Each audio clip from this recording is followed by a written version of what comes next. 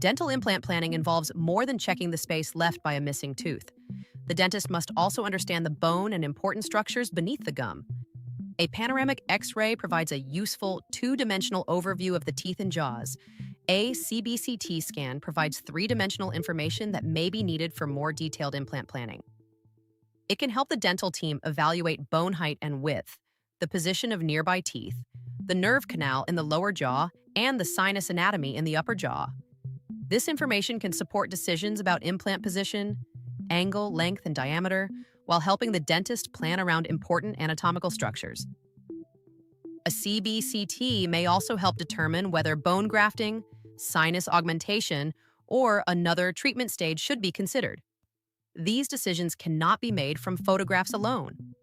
Not every patient or implant case requires exactly the same imaging. The dentist should select the appropriate scan according to the clinical findings, treatment complexity, and information already available. For international patients, a recent panoramic X-ray can often help begin the initial assessment. If a CBCT is available, it may provide additional information, but the final imaging requirements are decided clinically. At Renova Clinic, dental photos and existing X-rays can be reviewed before you travel.